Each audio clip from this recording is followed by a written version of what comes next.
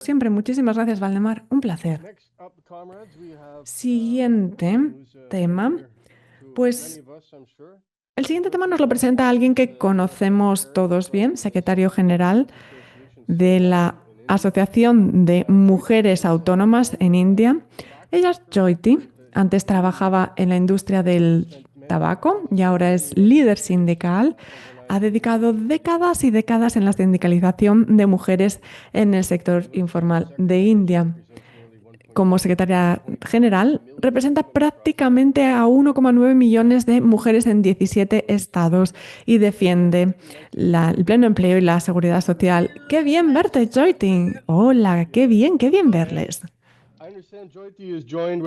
Jyoti está con camarada Mechi So y nos van a explicar el trabajo maravilloso que hace Seiwa, como siempre. Adelante, camaradas. Gracias, muchísimas gracias. Por cierto, corrección, no es 1,9, 3,2 millones, ¿eh? Hemos crecido. Ale, es una oportunidad maravillosa para Seiwa para presentar hoy aquí, porque todos sabemos que somos los principales del sector informal en la India. Son muchos millones de personas que representan a estos trabajadores. Somos los que defendemos a los proveedores de servicios, que son los que se ven más afectados por el cambio climático y sobre todo por los golpes de calor. También los trabajadores agrarios de las salinas que tienen que trabajar en situaciones de calor en nuestros desiertos. Además de los vendedores ambulantes o los trabajadores o las trabajadoras que están desde casa. Todo esto son categorías de la economía informal. 3,2 millones de miembros, como decía, estamos intentando hacer frente al cambio climático y sobre todo a los golpes de calor. Y aquí tenemos a Mansisa, nuestra joven compañera, que nos va a explicar la situación. Muchísimas gracias. Gracias, hola a todos. Como les decía, soy Minsi. Llevo 14 años con Seiwa y trabajo defendiendo a nuestras miembros en todas partes, pero sobre todo me centro en las de las zonas rurales y trabajadores agrarias. Trabajo estrechamente con los miembros en temas de acción climática y futuro del trabajo. Hemos hablado del impacto del calor y lo que quiero es señalar que hemos hecho una encuesta con miles de trabajadoras 5.000 trabajadoras de la economía informal en distintos lugares, distinta demografía, geografía. Con esto hemos visto que el 90% de todas estas mujeres que participaron en el estudio nos decían que sus ingresos se habían visto reducidos en más de un 50% en caso de olas de calor. El 93% había tenido algún tipo de impacto por el calor en su salud, ya sea deshidratación, alergias cutáneas, aumento de la tensión arterial, infecciones urinarias, etc. El 60% de los miembros tenían problemas de nutrición o seguridad alimentaria. No podían permitirse 2, 3 comidas al día, solo una. Y el 78% nos dijeron que no tenían acceso a energía estable. El acceso a la energía tiene que ver también con los combustibles fósiles, el aumento de los costes y la reducción de los ingresos. Pero además es importante entender cómo los eventos extremos climáticos afectan a la dignidad y al respeto a la mujer, porque se ven obligadas, y esas son las miembros de Seiwa, son informales, no registradas, tienen que, como digo, trabajar fuera de los esquemas previstos o los mecanismos previstos por el gobierno. Y son las que ven sus sueldos más afectados por los golpes de calor y les obliga a acudir a gente que les preste dinero, gente sin escrúpulos que se dedican a explotar en esas actividades prestamistas, no solo en las condiciones del préstamo en sí mismo, sino también con explotación sexual.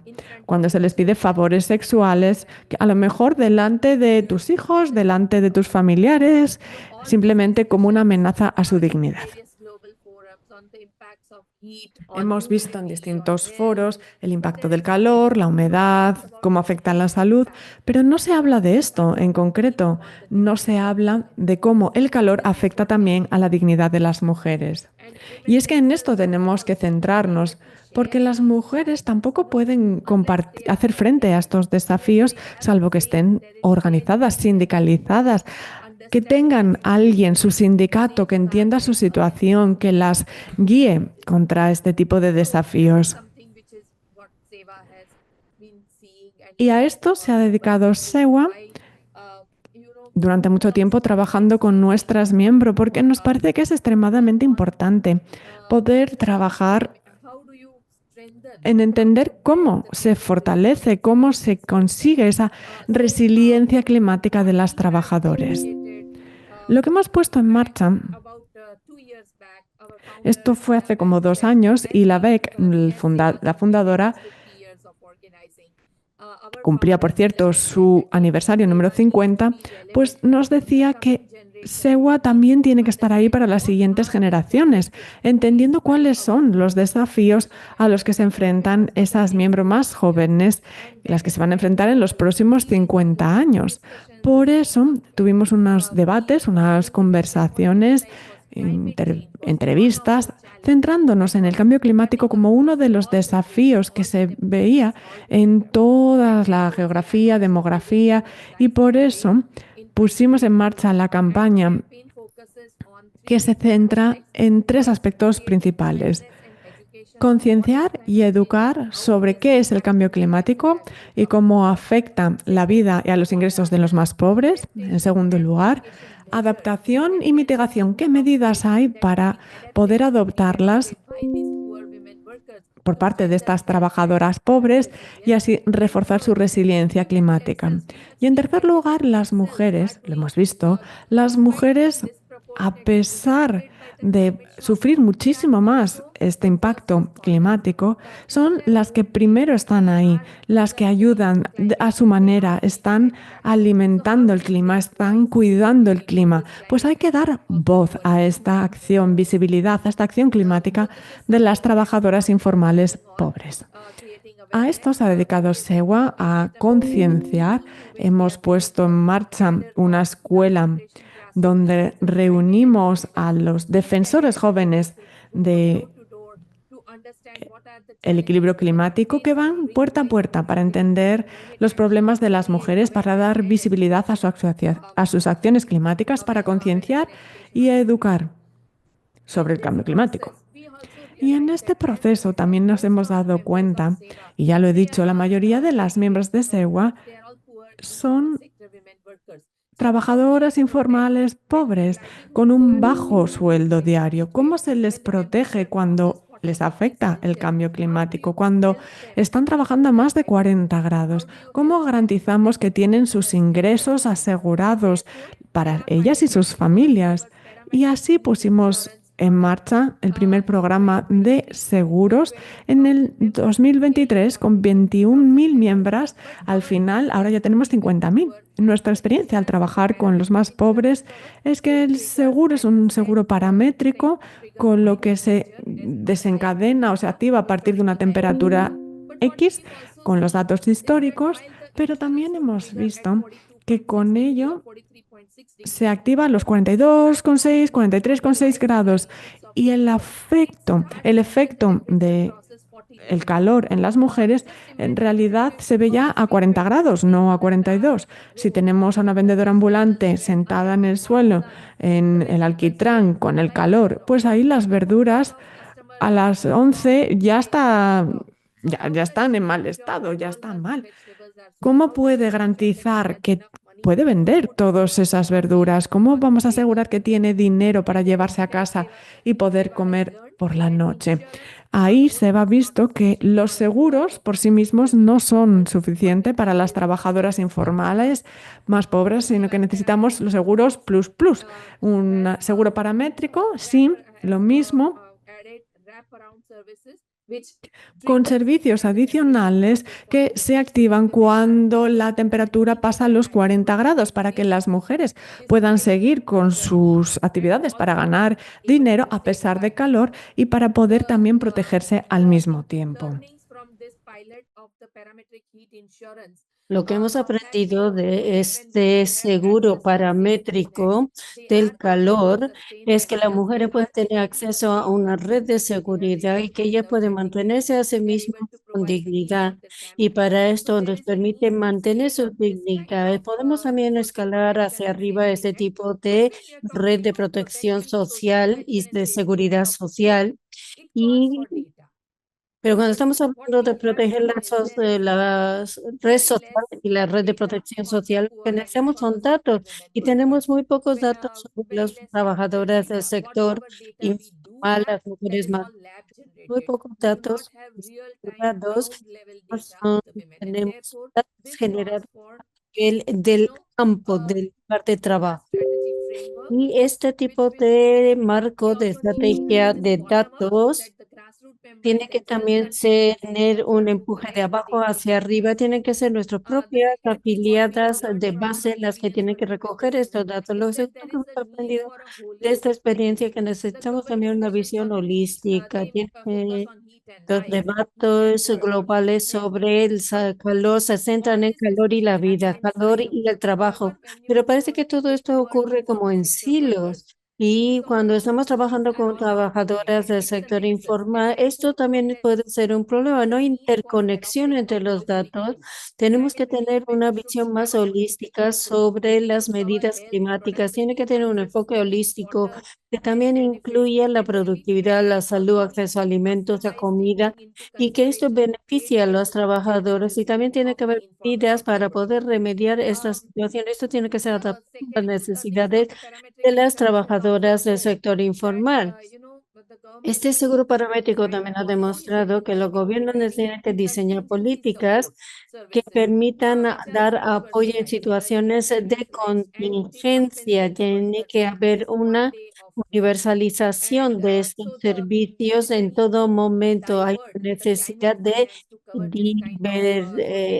que la financiación para el clima también sea utilizada para financiar este tipo de red de seguridad social para las mujeres. Y hay un tercer punto que es muy importante, que tenemos que centrarnos en acceso seguro al agua. Cuando hablamos de olas de calor, uno de los problemas que vemos es el acceso al agua. Mujeres pobres que trabajan en las obras de construcción, mujeres que trabajan como vendedoras callejeras, no tienen acceso a agua potable. Ella tiene que mantenerse hidratada y para hacer eso tiene que tomarse una taza de té. Por lo tanto, tenemos que también centrarnos en el acceso al agua potable y además también tenemos que centrarnos en el acceso a la salud y al saneamiento. Muchos de nuestros miembros dicen que no viven mucha agua y lo que resulta es la deshidratación porque no hay servicios sanitarios públicos adecuados. Por lo tanto, tenemos que centrarnos en el agua y el saneamiento. También tenemos que cambiar o mejorar las políticas existentes. Por ejemplo, en la India tenemos un programa para garantizar el empleo en las zonas rurales. Y este tipo de políticas hace que se pague una recompensación a las personas cuando hay olas de calor, pueden reducir la productividad y las horas, la jornada laboral.